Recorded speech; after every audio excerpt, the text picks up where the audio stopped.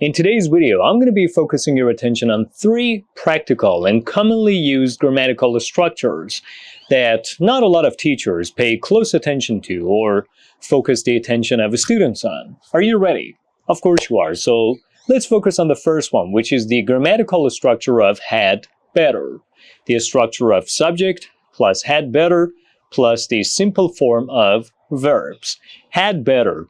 Why do we use the structure of had better? Well, we use had better to say that someone should do something. There's a sense of urgency that something should be done or someone should do something. In other words, we can use the structure of had better when we want to give people advice on something, when we want to say that they should do something, but there's a higher sense of urgency that that thing should be done. So had better is actually stronger than should. So we use had better to say that someone should do something. But keep in mind that just because the structure of had better has the word had, which is the past form of the verb have, it does not mean that this structure is talking about the past. The structure of had better is not talking about the past, is not used to say that what someone should do in the past.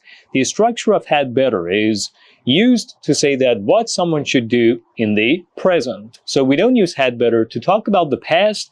We use the structure of had better to talk about the present. Let me give you 5 examples of this structure. You'd better bring a jacket, it's freezing out there. You'd better bring a jacket, it's freezing out there, which means you should bring a jacket, it's freezing out there, it's very cold out there. So you'd better bring a jacket. As you can see here, after had better, I'm using the simple form of the verb bring. You'd better bring a jacket, it's freezing out there, which means after the structure of had better, we should use the simple form of verbs without to, without ed, and without ing. The simple form, the base form of verbs without ed, to, or ing. Another example, she'd better tell the truth before someone finds out. She'd better tell the truth before someone finds out, which means she should tell the truth. There's a sense of urgency that she should tell the truth before anyone finds out. We'd better not be late again. Our boss may fire us. We'd better not be late again. Our boss may fire us, which means we should not be late again. It is better for us not to be late again because our boss may fire us. You'd better finish that assignment today. It's due tomorrow. You'd better finish that assignment today. It's due tomorrow, which means you should finish that assignment today. It is better for you to finish that assignment today. There's a sense of urgency that you should finish that assignment today. Why? Because it is due tomorrow. You'd better drive more carefully. It's raining outside. You'd better drive more carefully. It's raining outside, which means you should drive more carefully. It's raining outside. Or there's a sense of urgency that you should drive more carefully. It's raining outside. All right, now let's start discussing the structure of had best, which is pretty similar to had better. We've already talked about had better, why, when, and where we use it.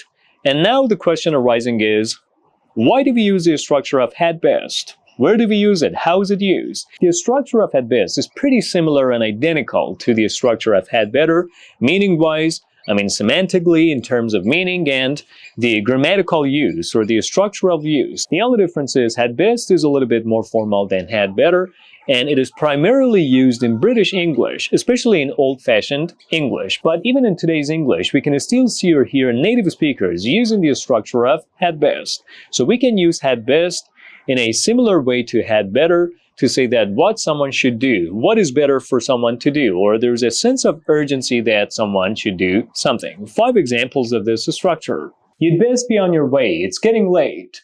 You'd best be on your way, it's getting late, which means you better be on your way, it's getting late. It is better for you to be on your way, it's getting late. You should be on your way, it's getting late. He had best check the contract before signing anything.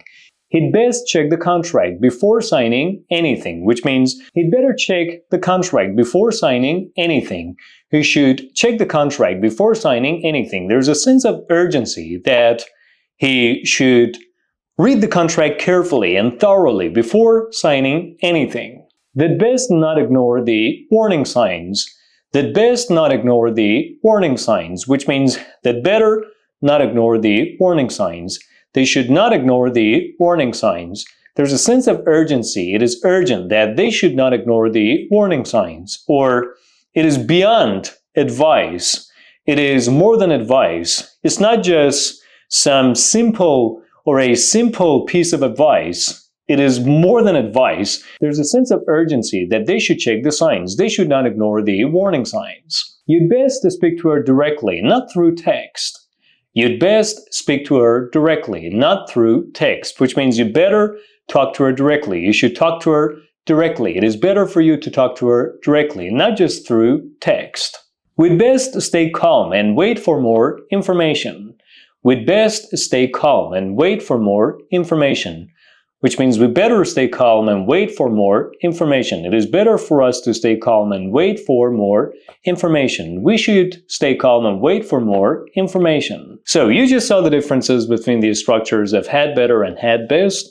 You see how similarly they're used. You can use them interchangeably, but the only difference is had best is more formal than had better, and it is more common in British English, especially in old-fashioned English. But even in today's English and modern English, you can still see native speakers use this structure in different parts of their conversations. So we use had better and had best to give people advice on something. And these two structures are slightly stronger than should and emphasize that there's a sense of a feeling of urgency that someone needs to be done before something bad happens, before something unexpected or unpleasant happens. Now we get to the third grammatical structure that English teachers have not told you about, have not talked to you about, or have never taught you, which is the structure of may as well or might as well.